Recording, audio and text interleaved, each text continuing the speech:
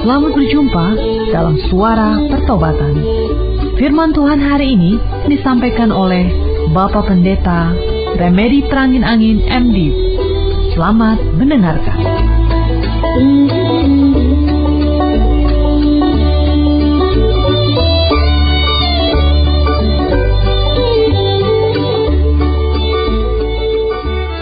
Kami mengucapkan syukur dan terima kasih Tuhan Yesus dipersatukan kembali dalam persekutuan Suara Pertobatan, persekutuan lewat udara. Kehadiran-Mu dalam Roh-Mu yang kudus membuat si iblis tidak berdaya sama sekali mengganggu konsentrasi kami, dan kami bisa menikmati firman-Mu. Pada hari ini kami akan merenungkan doa Bapa kami, doa yang Engkau ajarkan kepada murid-murid-Mu pada waktu Engkau melayani di bumi ini. Kami rindu untuk bisa mengerti, memahami, dan menghayatinya, serta kami pakai dalam sikap kami berhubungan dengan Tuhan, dalam sikap kami berdoa kepada Tuhan. Berbicaralah Engkau, karena kami sudah siap mendengarkannya. Terpujilah nama-Mu dari kekal sampai kekal. Haleluya, haleluya, amin.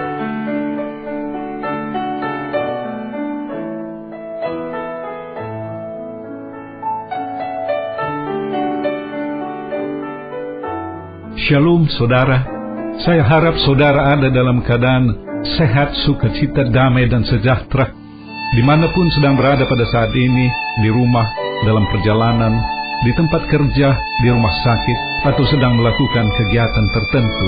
Harapan saya selalu program ini dapat menjadi berkat, menemani di kala kesepian, menguatkan di saat lemah, memberikan semangat di saat lesu, memberi penghiburan di kala berduka, memberi terang di kegelapan perjalanan hidup ini. Tuhan Yesus memberkati kita semua dengan firman-Nya. Saudara-saudara yang dikasihi Yesus Kristus, pendengar-pendengar Suara Pertobatan berasal dari berbagai denominasi gereja. Masing-masing gereja mempunyai tata ibadah, liturgi yang berbeda antara satu dengan lainnya. Ada tata ibadah yang memasukkan doa Bapa kami dalam setiap ibadah atau kebaktian. Tetapi ada pula gereja-gereja yang tidak secara khusus memasukkan doa Bapa kami dalam tata ibadahnya. Ada perbedaan antara satu denominasi dengan denominasi lainnya. Ada pula jemaat yang merasa diucapkan atau tidak diucapkannya doa Bapa kami menunjukkan aliran dari sebuah gereja. Kalau ibadah sebuah gereja ada mengucapkan doa Bapa kami, mereka akan mengatakan ini sealiran dengan kita. Sebaliknya, apabila ada gereja yang tidak memasukkan doa Bapa kami dalam tata ibadahnya, mereka mengatakan tidak sealiran dengan kita. Kalau hal ini terjadi, menunjukkan bahwa kita bersama-sama perlu merenungkan kembali tentang arti dan makna dari doa Bapa kami itu. Dalam kesempatan renungan ini, saya tidak punya maksud untuk merubah tata ibadah atau liturgi.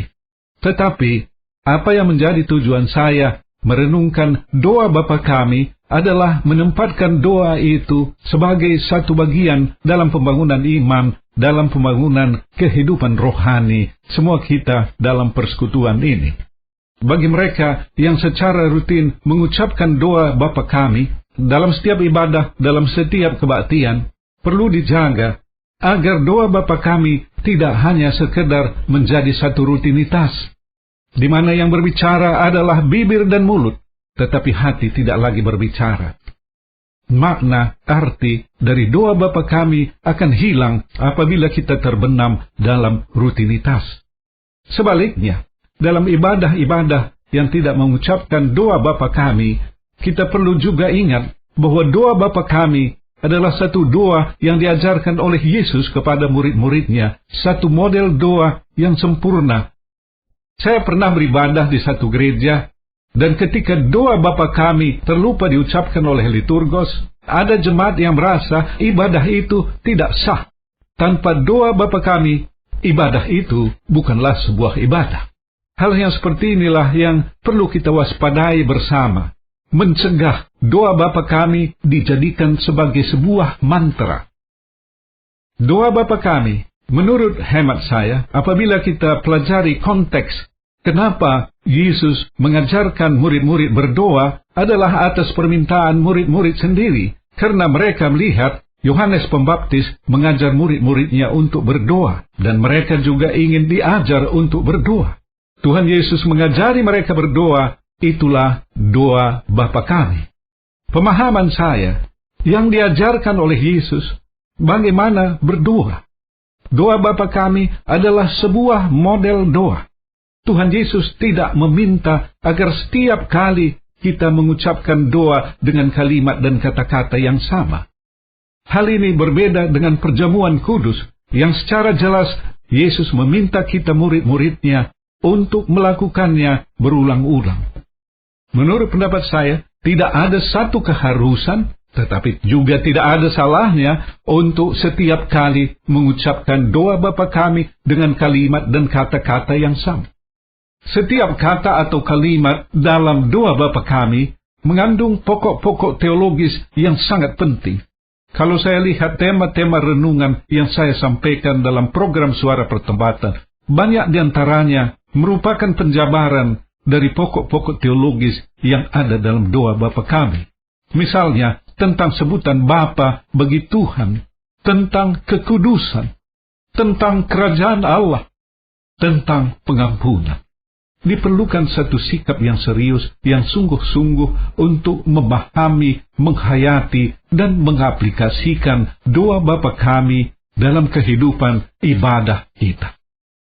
Saudara-saudara yang dikasihi Yesus Kristus, baiklah, mari kita melihat doa Bapa kami lebih dekat lagi. Doa Bapa kami tertulis dalam 2 kitab Injil, dalam kitab Matius dan dalam kitab Lukas. Matius 6 ayat 9 sampai dengan 13, Lukas 11 ayat 2 sampai dengan 4.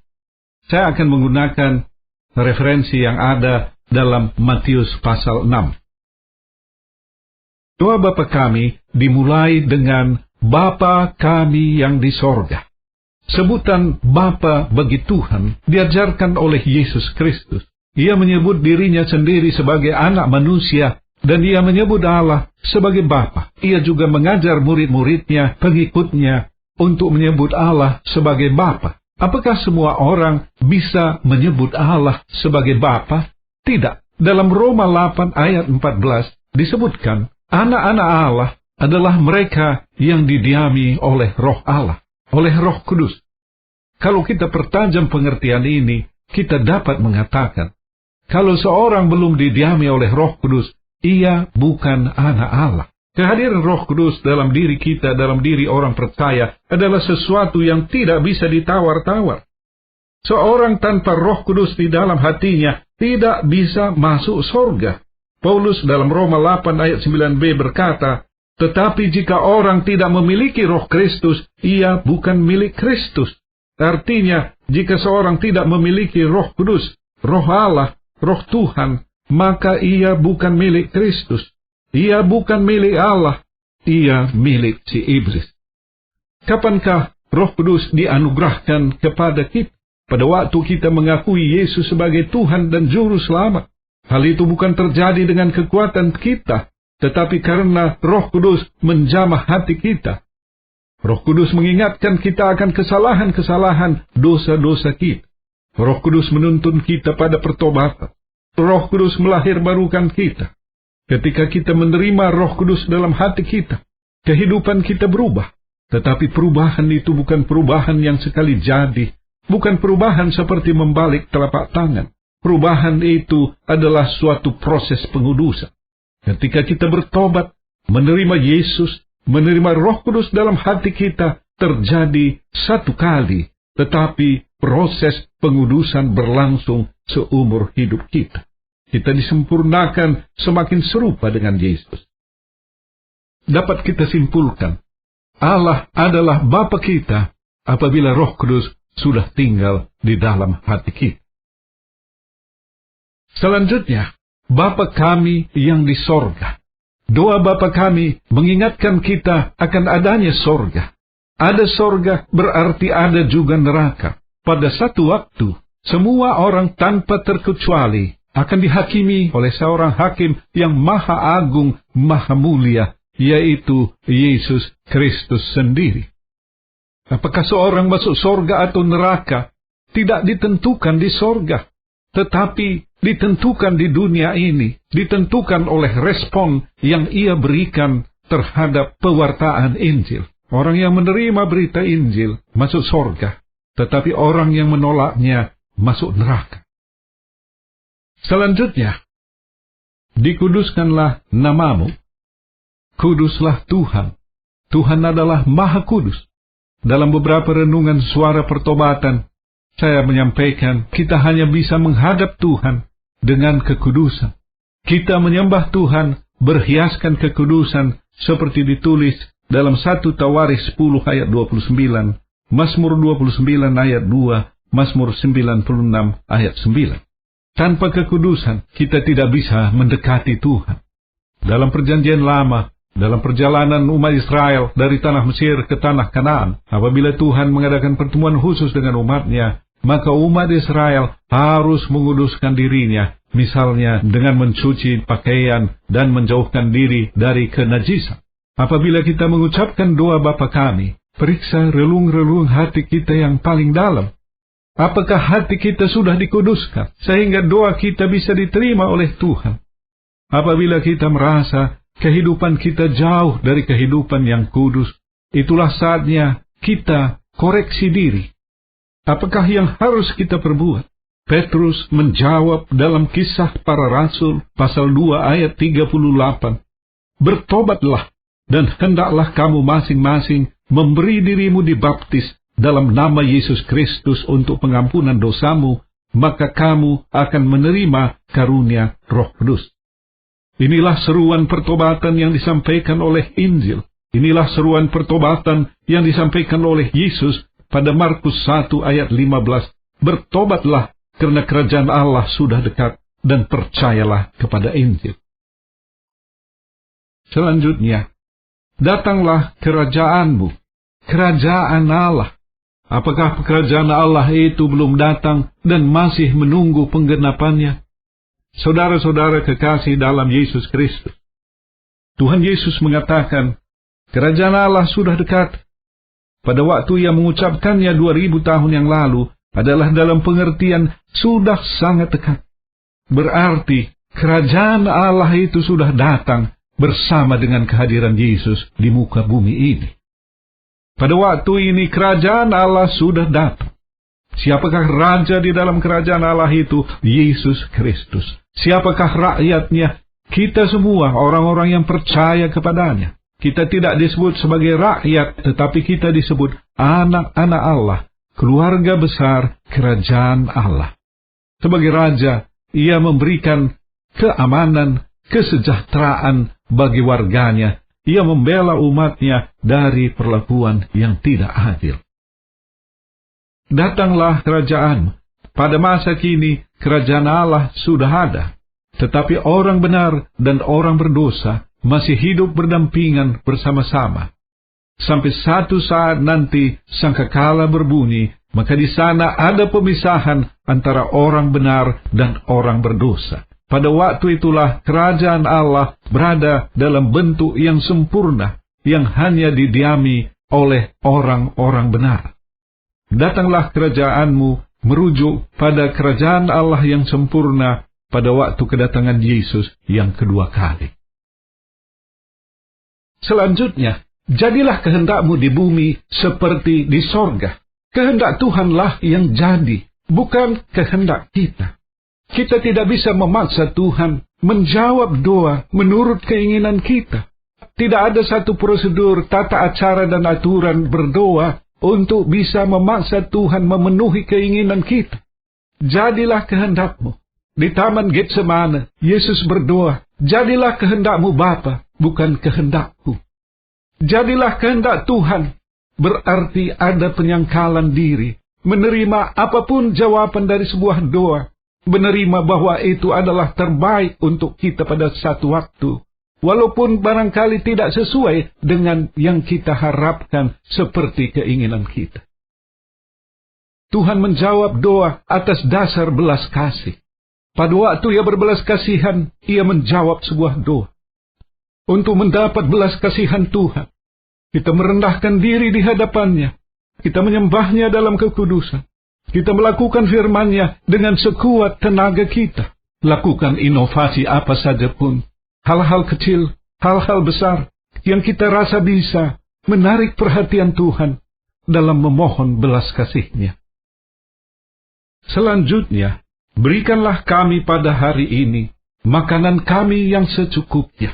Bukan makanan untuk seminggu, sebulan, atau setahun. Kenapa demikian? Tuhan rindu kita sering berkomunikasi dengan Dia setiap hari. Kita minta kebutuhan untuk satu hari. Sering berdoa menyenangkan hati Tuhan. Makanan yang secukupnya. Pada waktu umat Israel berjalan dari tanah Mesir ke tanah Kanaan, mereka mendapatkan manna. Mereka boleh ambil dalam jumlah yang cukup memadai untuk hari itu. Tetapi apabila mereka berusaha menyimpannya lebih lama, maka manna itu akan menjadi busuk. Saudara-saudara yang dikasihi Yesus Kristus, apabila saya lihat foto-foto keluarga tahun 50-an, orang-orang yang hidup pada masa itu, tubuhnya rata-rata ramping atau lebih mengarah pada kurus. Kita mengerti hal ini karena pada waktu itu makanan amat terbatas. Makan daging ayam saja misalnya hanya pada acara-acara tertentu pada waktu kita menjamu tamu yang istimewa. Menu makanan di hari-hari biasa terdiri dari sayur dan ikan asin saja. Dengan menu seperti itu, orang-orang zaman dulu kelihatan lebih sehat dari kita yang hidup zaman sekarang. Sekarang ini, kita tiap hari bisa makan daging ayam. Kita sekarang tampaknya lebih gemuk dari orang-orang zaman dulu. Ada orang yang mengatakan, makananlah yang menjadi pembunuh manusia terbanyak masa kini. Makanan yang berlemak, cepat saji, makanan dalam kaleng, dan lain-lain sebagainya, menurut para dokter, tidak baik untuk kesehatan tubuh. Doa Bapa kami mengajarkan kita hidup sehat, yaitu makan secukupnya. Kata ahli gizi, berhenti makan sebelum kenyang.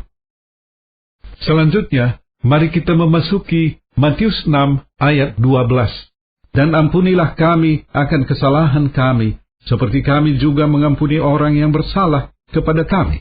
Mengampuni adalah satu tema yang sangat indah dalam kehidupan orang Kristen.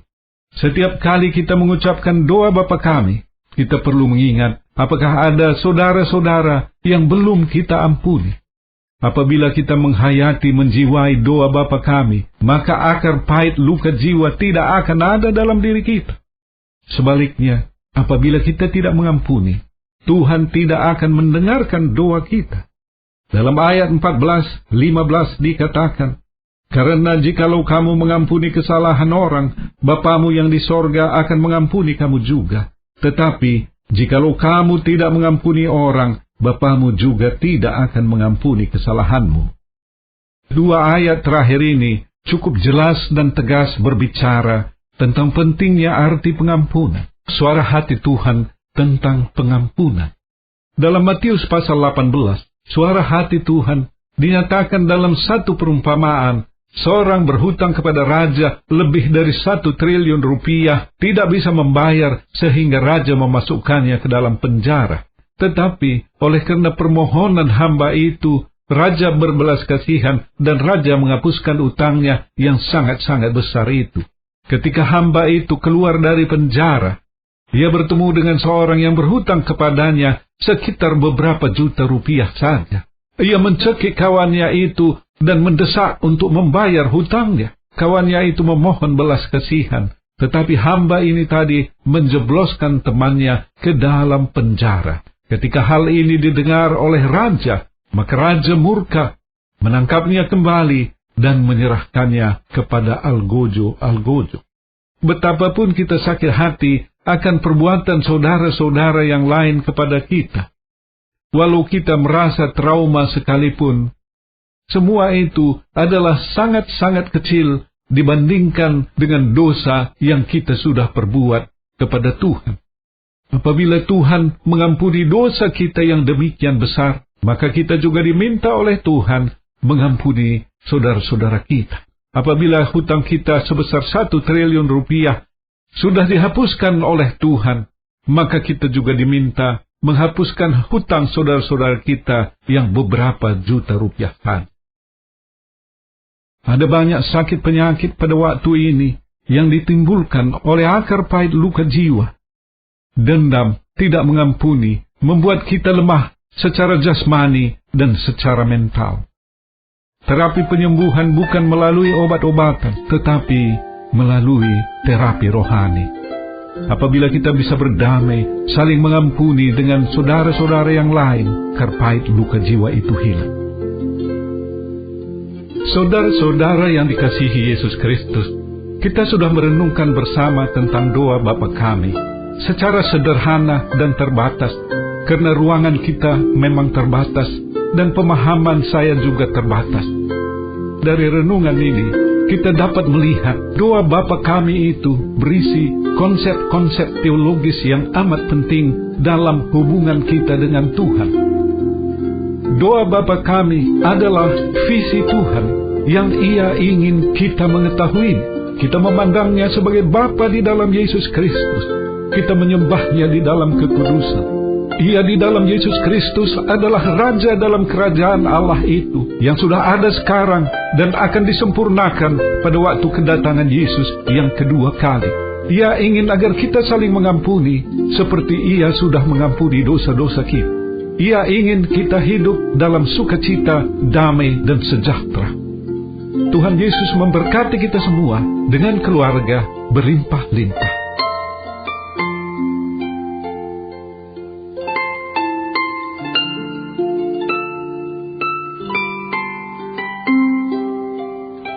Bagi saudara yang merasa dijamah oleh firman Tuhan, oleh Roh Kudus, sehingga menyadari dosa saudara hidup tersesat selama ini, ikuti saya mengucapkan sebuah doa sederhana.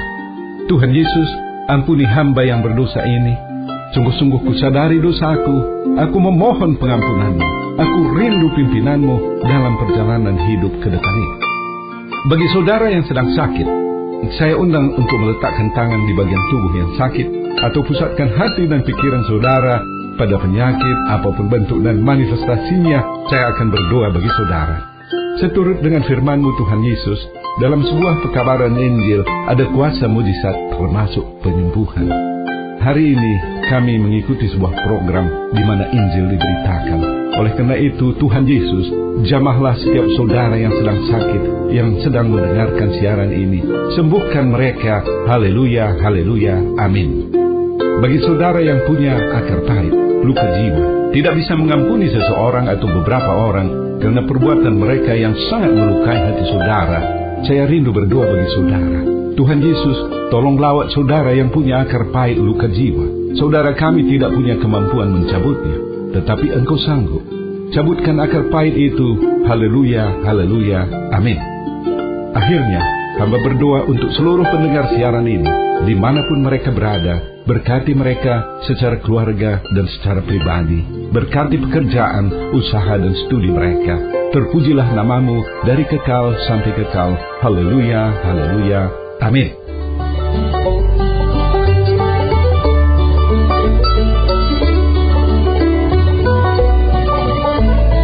Kita sudah mendengarkan firman Tuhan yang disampaikan oleh Bapak Pendeta Remedi Trangin Angin MD. Pendengar dapat mengirimkan pokok-pokok doa kepada Suara Pertobatan, alamat email suarapertobatan@gmail.com, suarapertobatan@gmail.com, SMS atau telepon di pesawat 021 7005 8400, 021 7005 8400. Sampai jumpa pekan depan pada hari dan jam yang sama. Tuhan Yesus memberkati.